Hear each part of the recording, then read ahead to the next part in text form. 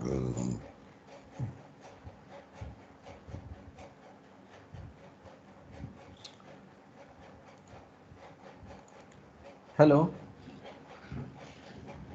Hello, good afternoon. Am I audible to? Good Yes, afternoon, sir. sir. Yes, sir, you are audible. Okay, so what we were discussing in the last class?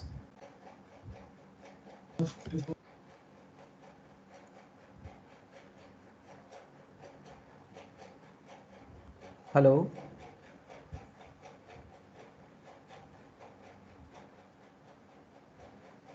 Hello, what we were discussing in the last class, my So friends? timer one.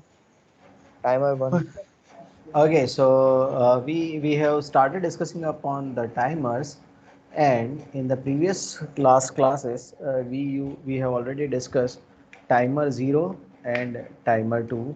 Okay, so in all I can say that in the timer section I have discussed 8-bit timers of our AVR microcontroller. Okay, so today we are going to discuss about timer 1. So if I want to tell the difference between the timer 1 and timer 0, it is having the same kind of functionality. Means the timer 1 can also be used in the same way we have used our timer 0 and timer 2. Okay, but the only point of difference is it is a 16-bit timer. Okay, so if you want to generate a larger delay, means if the delay amount to be generated is larger, and if we are not able to accommodate that thing with our 8-bit timers, okay, we can go for a 16-bit timer. Okay, so in the today's class we will be discussing about a 16-bit timer, that is timer 1. Okay, already I have give you an introduction of the timer 1 in the last class. So we would be just recapitulating very fastly what the things we have discussed related to timer 1 in the last class, and then we would be discussing a very important concept of accessing 16-bit registers, because our microcontroller which we are talking about, that is 8MEGA32, is an 8-bit microcontroller. So how we can access a 16-bit in a microcontroller which is having a capability of only 8 bits, and what are the issues and how the issues can be, or how the issues are actually being resolved in our ATmega 32. Okay, so to support my discussion I'm sharing a screen with you which contains the PPT, and let me know whether the screen is visible to everyone or not. So is my screen visible to everyone? Yes, sir. Okay, so we have started discussing about our timer 1. So timer 1 is 16-bit timer. It is having two TCNT registers, two TCCR registers. With that, it is having one TOV flag. It is also having a prescaler of 1:1, 1:8, 64, 256, 1024. It is also having two 16-bit registers for compare mode, that is OCR registers, OCR1, OCR2, sorry, OCR1A, OCR1B, and each of the registers are having an OCF flags individually associated with each of the OCR register. So OCF flags are OCF flag 1 and OCF flag 1A and 1B. Okay, so whenever the value becomes equals to OCR, this OCF flags are supposed to be generated, raised to be 1. Okay, so this thing we have discussed in the last class. Already we have discussed this block diagram of our timer 1 in the last class also, where the only point of difference between timer 0 and timer 1 is this part, OCR 1A and OCR 1B. So we got two separate comparators. For that we are also having two separate OCF OCF flags. Only we are having one TOV flag whenever the counters overflow from FFFF to 0000. Over here it is a 16-bit. You can also note over here that it is of 16-bit, it is also of a 16-bit, and this line is also of a 16-bit. If I'll talk about this prescaler and the selector, it is one and the same. Okay, so the only point of difference comes over here, that it is having two OCR registers and each of the registers are of 16 bits. Now in our ATmega 32, as it is an 8-bit microcontroller, we cannot have a length of a register greater than 8. So to accommodate the 16-bit registers we need to use two registers. Okay, TCNT1A H and TCNT1L. Same way OCR1A H and OCR1A L. Okay, so that is how we generally use to accommodate the 16-bit values in our TCNT in your Atmega 32. Okay, so the AVR is an 8-bit microcontroller, which means it can manipulate 8 bits at the same time only. Okay, so a problem arises over here, means our microcontroller is of 8-bit and the registers that we have talked about in our timer one, they are of 16-bit. So now how we can handle that? So that is an issue with this microcontroller. Okay, so we know that this is only a timer one where it is having a 16-bit registers as TCNT1, OCR1A, it is having OCR1B and ICR1A and as on. Okay, all these are of 16-bit. So in this case, the registers are splitted into two 8-bit registers and each of one is accessed individually. Okay, so we cannot access both the register at the same time. So as already I have told you that if I want to accommodate a 16-bit register in a system of an 8-bit, then two registers are supposed to be used.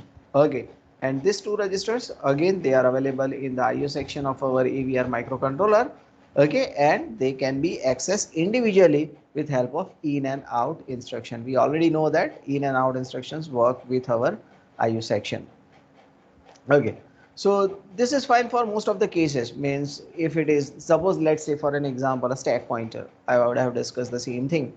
So for an example, if it is a case of a stack pointer, we know that a stack pointer is also of a 16-bit. Okay, and it is splitted into two registers. In programming also we have seen that SPH and SPL. Okay, so in that case accessing both of them individually will not create any kind of problem. That is being shown with the help of an example. Let's say if I want to initialize the stack pointer LDA R16 0 cross 1 2, and I can out it to SPL R16, and then I can do LDA R16 0 cross 34. I can send it to SPH, and the stack pointer would be containing a value that is 0412. So over here there is no problem at all. Okay, there is no problem at all, even though we are accessing a 16-bit data in a split-wise method of different registers. So in here there is no problem. But in case of 16-bit timer,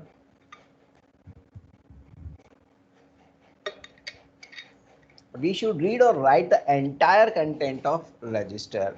Okay, so in this case you can see that at first clock SPL would be loaded, second clock SPH would be loaded. So there are the difference of 1 clock per cycle in between loading the whole value of a register.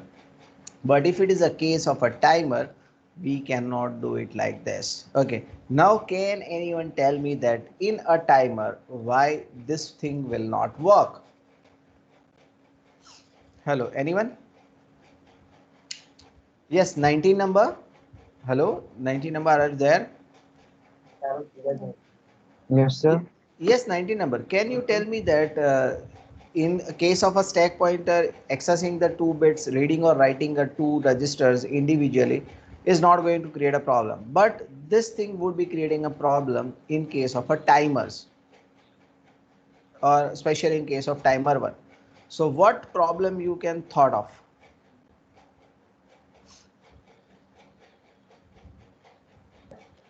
Sir, no idea. Okay, 27 number. Yes, sir. Yes, 27 number. Will it be creating a problem with our timer 1 accessing the each register individually? Will it create a problem?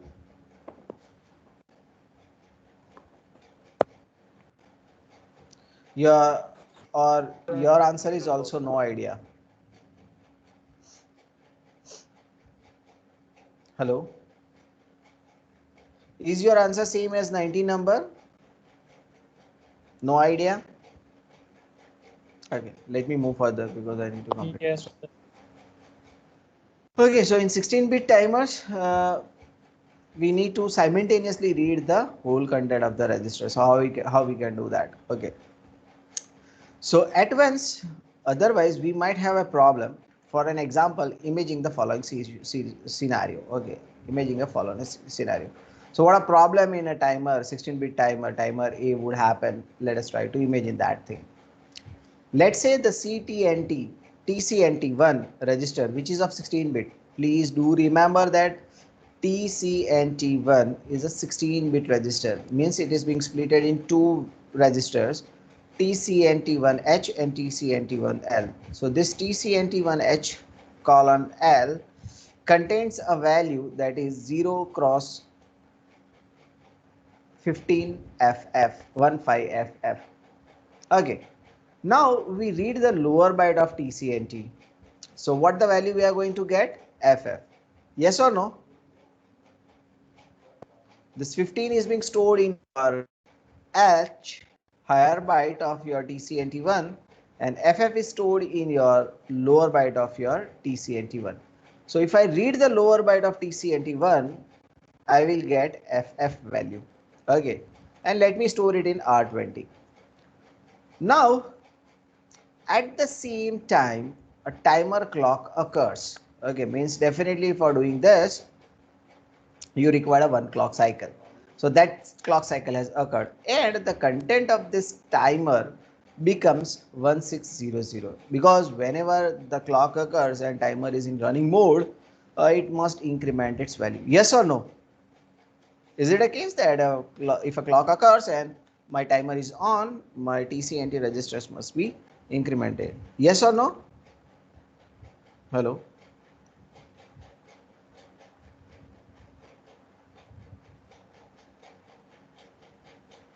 Hello?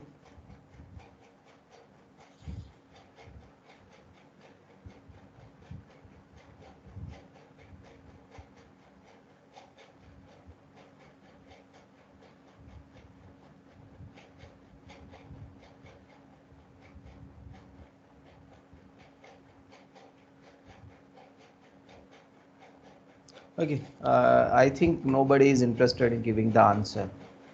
Okay, so that is true because TCNT must be incremented. So as the clock occurs, the TCNT will be incremented, and the previous value we have assumed is 15FF. The new value would be 1600. Hello, am I audible to everyone? Are we connected? Yes, Yes, sir. sir. Okay. So the value becomes 1600, and now if we read the higher byte of my TCNT register, it will give me a value 16. Okay, and let us store that thing in 21. So now if we look at the value we have read, that is 21 and 20, the value that we have read is 1600, which is absolutely incorrect, because at the current point of time I want to read the value of TCNT, and that TCNT value was 15FF. But as there it is of 16-bit, I need to either read the first byte or the higher byte or a lower byte. So if I start reading the lower byte, it will give me FF, and if I'll wait for a 1 clock cycle to read my higher byte, the timer will be incremented and it will become 1600, and the higher byte would be read as 16. Okay, so now in this case, if I'll combine the value of R21 and R20, I will find it out that the value is 16FF, which is absolutely incorrect value. So this is a problem. Okay, so we believe that the TCNT contains 16FF, although actually it contains, at the time when we want to read it, was 15FF. So this is an issue with the 16-bit manipulation of the registers in our ATmega32. Now this is not only the problem of your ATmega32, it is a problem with all the 8-bit microcontrollers which used to give the access or the support in case of a 16-bit timers. Okay, so this problem exists in many 8-bit microcontroller, but AVR designer have resolved this issue in an 8-bit register called as an TAMP. So they introduce another register that is not being accessed by the programmer. The programmer is not having any kind of rights or any kind of way to access this TAMP register, but there is a TAMP register present in the timer, okay, which is used as buffer. So you are going to use the timer as a buffer. So now if there is a timer, we need to know that how we can access all that things. Okay, so when we want to read or write the higher byte of a 16-bit register, the value will be written into your temp register. It will not be directly going to your higher byte of a register. It would be in the temp register. Okay, so how we can do that? So when we write into a lower byte of a 16-bit register, the content of temp would be written into the higher byte of the 16-bit register as well. So the writing and reading would be done simultaneously. Means if I want to do the writing, then both the registers of a 16-bit, they would be written at the same time. How it would be written at the same time? So whenever you write your lower byte of a 16-bit register, automatically whatever the value stored in the temp register would be loaded in the higher byte of a. Okay, so now we need to pay very careful attention to it. Means how we can be making an issue problem. Okay, so for an example, consider the following program where I am doing LDI R16 0 cross 1F out TCNT 1H. Okay, to R16. So this will store 1 file in my temp register of my timer. It will not be storing that value in my TCNT 1H register. It would be rather storing the value in the temp register. And when I perform this function, that out means whenever I am writing my TCNT1L, both the registers would be written simultaneously. Means TCNT1L is equals to R16 and TCNT1H equals to a temp. Okay, same is case with the read operation also. So when I read my content of a higher value of my TCNT, it would be stored in my temp, and when I read the content of my lower register, okay, both TCNTH and TCNTL would be read off. Okay, so after the execution of an out TCNT1H, R16, the content of R16 would be stored in the temp register. It will not be going into my TCNT1H. But when the instruction out TCNT1L R16 is executed, the content of R16 is loaded in my TCNT1L, and the content of the temp register is stored, which is 115, is stored in my TCNT1H. So the whole TCNT content would be 0 cross 15FF would be loaded in your TCNT register at once. At one instant it would be done. Okay. So according to the system that we have discussed, which an we are having, we should first write into higher byte of your 16-bit register and then write into the lower byte of the 16-bit register. Otherwise the program will not work properly. Okay, so you need to keep this thing in your mind, that whenever you are writing an TCNT register which is of 16-bit, it is very compulsory for you to write the higher byte first and then we can write the lower byte. Otherwise it will be creating a problem. Okay, same is case with the reading operation. So whenever you are reading the higher byte, at least you must be read that higher byte first and then write the higher byte. That we'll be discussing. So for an example, suppose if I do something like this, means if I do the invert of what I have done in the previous case, means if I write my L register first, then both this L register and H register would be stored by your 16 and your temp. But at this point of time, the temp may be having a garbage value. Okay, so whenever you do this, okay, whenever you did this, then the temp register will be stored with your correct value. But already your higher byte is stored with the value of temp. Okay, so because of this, when the CTNT value is loaded, the content of temp will be loaded in your H, but your L register is loaded, temp contains the garbage value because the correct value is 15. But at this instant of time, it is always going into sequence. So at this instant of time, when this line is executed, the temp would be having a garbage value. Okay, so the improper value data that we don't want maybe get stored in your H register. So that was the case with when we want to write the values. Now how we can read the values. So when we read the lower byte of 16-bit register, the content of the higher byte would be copied in the temp register.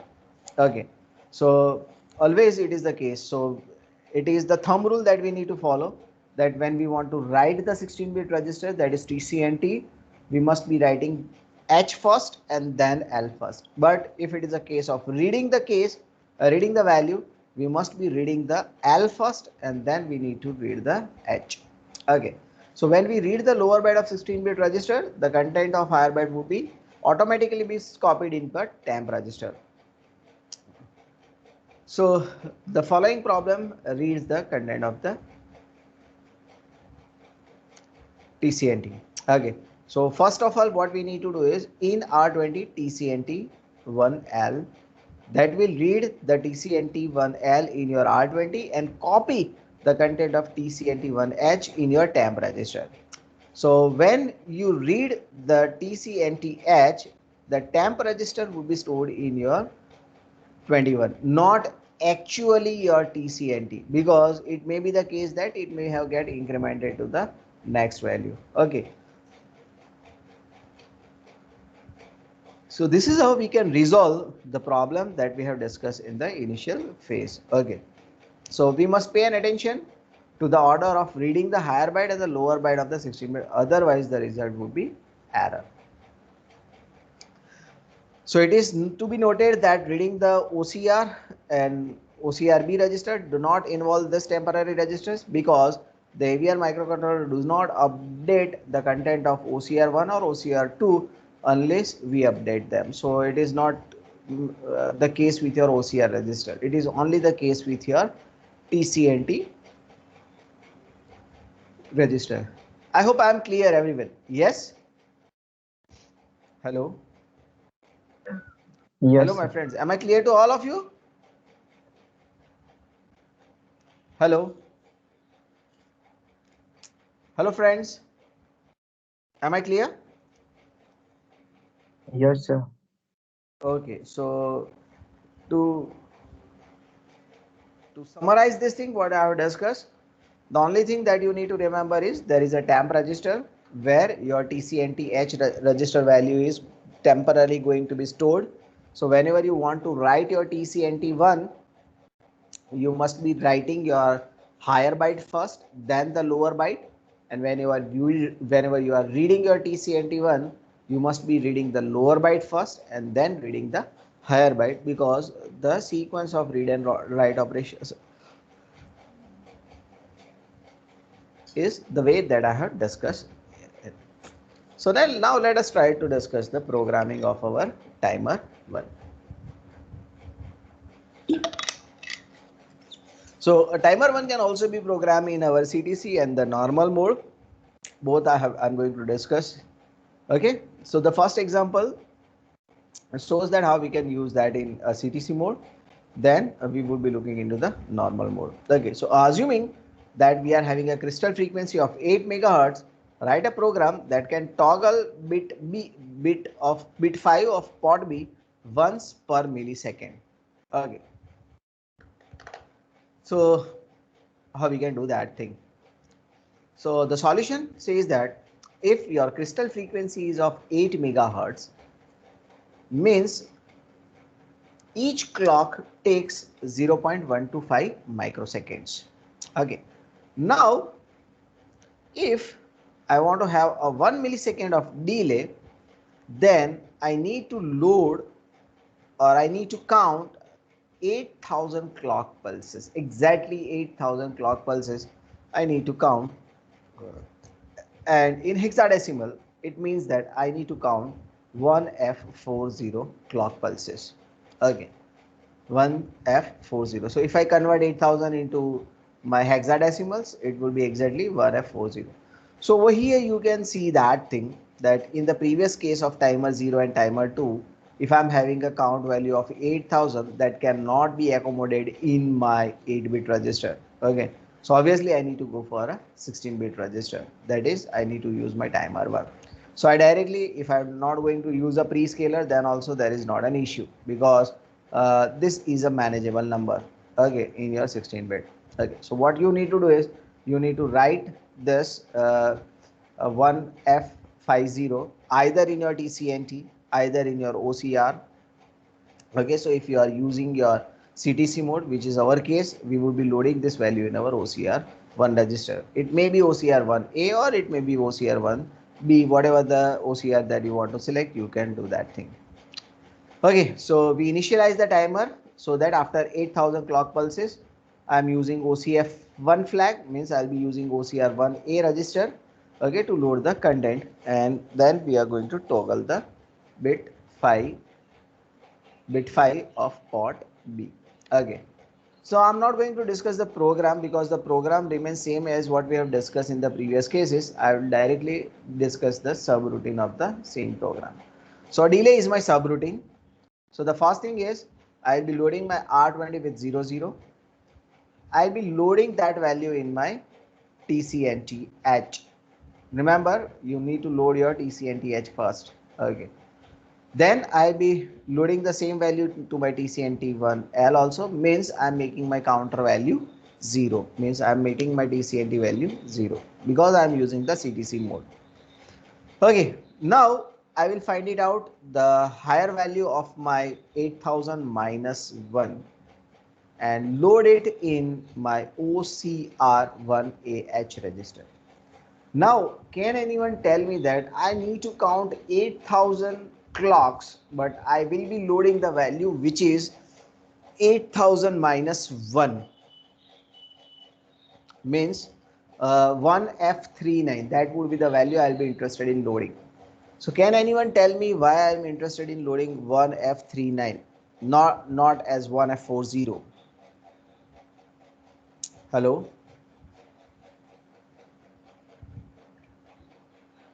Hello?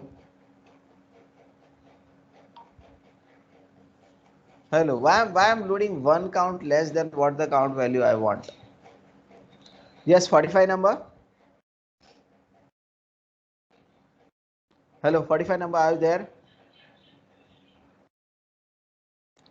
Hello, 45 number. Am I audible to everyone?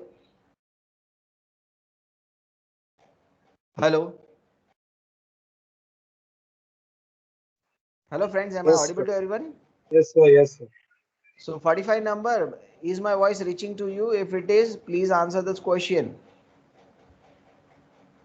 45 number.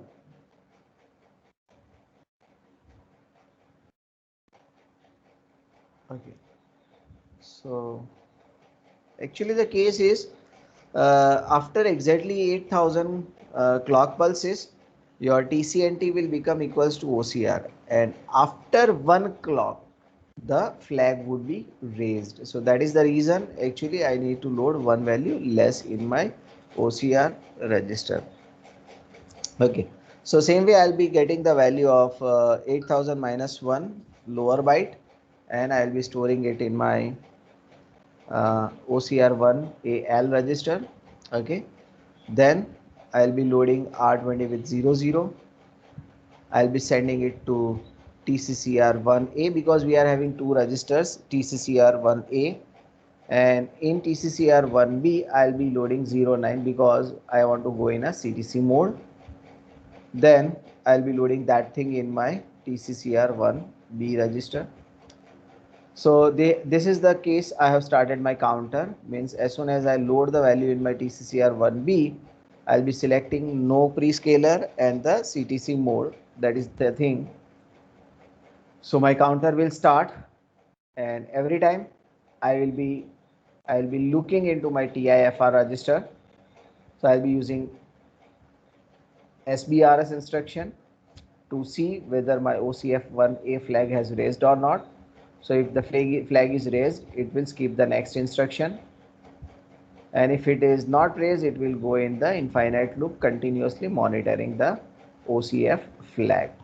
So if the OCF flag is raised, I need to clear it by writing 1 in it. So I'll store R20 with OCF flag as 1, then send it to my TIFR register, and I will stop the counter. Okay, so by loading 0, I can stop my counter. Okay, am I clear? So this is the program that can use your timer 0, sorry, timer 1, which is a 16-bit timer, okay, to work in a CTC mode, and it will be helpful in toggling bit number 5 for port B. Okay. Now let us try to see the same program. We need to write an above program using the TOV flag, means I'm interested in doing the same thing with the normal mode. So I need to wait. I need to wait 1 microsecond. To wait 1 microsecond, we should load the TCNT register so that it rolls over after 8000 clock pulses. So what the value I can write in it? So the normal mode, the top value is FFFF. Already we have discussed. So what I need to do is FFFF, it is equivalent to 65535. So I'll add 1 to it and subtract 8000. So this is exactly the formula that we have discussed in our previous classes for loading the content in our TCNT register. Okay, then we should load this TCNT1 register with this value, means 257536, or we can go for an hexadecimal value. Okay, and we can start the program, means that is only the case, means just instead of this OCR register, okay, and initializing instead of this OCR register, you just need to initialize your TCNT register with the value that I have told you, means this is the value that you can store in your TCNT register, and just all the things remain same. The only difference is instead of OCF1 you need to write TOV1. Over here also you need to write TOV1. Otherwise the code remains exactly one and the same. Okay. So is there any kind of doubt, my friends, up till now what I have discussed in the class? Hello? Is there any doubt?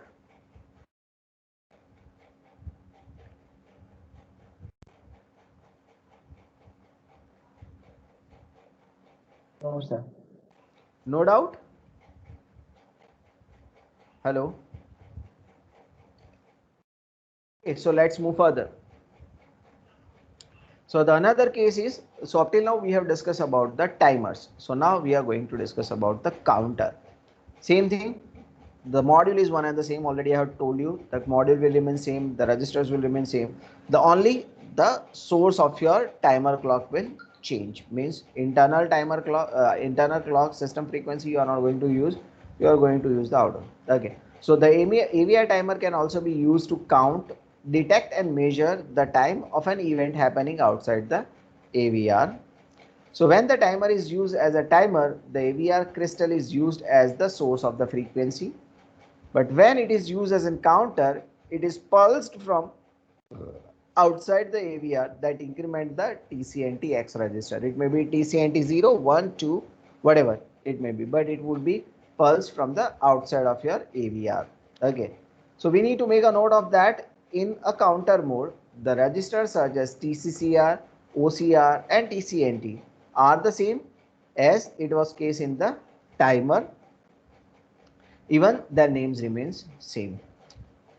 Okay, so let us try to see that thing, that assume 1 Hertz clock pulse is fed into pin number PB0, that is T0, means over here we are going to discuss about timer 0, because timer 0 external pin is T0, which is used in the multiplexed form with your port B pin number 0. So we need to write a program to work this action in your counter 0 in a normal mode to count the pulses on the falling edge and display the state of your TCNT on your port C. Okay, so the programs remain same. You can just go through the program, okay, which I'm displaying over here. You can see that only the difference comes at your TCCR. Over here the value that you are using is 06. So if you examine your TCCR register, then using 06 you would be working in a normal mode, normal mode, and you would be selecting, okay, 00 will be your for normal mode, and 6 that would be selecting the falling edge of an external source. Okay, so only that is difference, otherwise all the things remain same. Means you need to check your TCNT out to port C, and in TIFR register SBRS R16 TOV, R jump to again if it is a case, and if overflow occurs you need to clear and you need to once again go to the loop. So this will simply display the content, that how many number of time your 1 megahertz clock takes in the case. Okay, so this is very simple. Same is the case with your timer 0, sorry, timer 1 as well as the timer 2 also. So I'm not going to discuss this timer counter of your timer 1 and timer 2. Okay, so we might be monitoring also in every cases whatever the programs that we have seen up till now. Okay, so you would have find it out this SBRS instruction. Have you or not, means you would have observed that you always need to have your SBRS instruction that will use to continuously monitor your TOV flag or OCF flag. In that case, what happens that it is only a waste of your microcontroller's time, means it is wastage, means on continuously you are in the loop for just seeing that whether the flag has raised or not. Okay, so there is solution to this, and the solution is the interrupts. So rather than continuously monitoring your status of your TOV flag or an OCF flag, we would be assigning this task to the another module of your AVR microcontroller, that is an interrupt. Okay, so the interrupt is solution for not wasting the time of your microcontroller just to monitor the value of OCF and TOV flags. Okay, so using an interrupt, it enables the microcontroller to do the other things. Means if it is not being get trapped into monitoring of your TOV flag and OCF flag, it can do the other work also. So if you use the interrupts, you can have the multitasking in your microcontroller. Okay, so when a timer interrupt flag such as TOV is raised, it will be informed to the microprocessor. Means by generating an interrupt, we will come to know that whether TOV flag or OCF flag has been raised. Okay, so this is important and a powerful feature of an AVR, and we are going to discuss this interrupts in the next coming classes. Okay, so probably we will be discussing the interrupts from the next class. From Monday onwards, we will try to discuss all the interrupts related to our AVR microcontroller. So I hope I have made very clear what the timers are and how they can be used in your microcontroller. If you are having any kind of doubt, you can ask me. Otherwise, that is all from my side for today and from the timers also.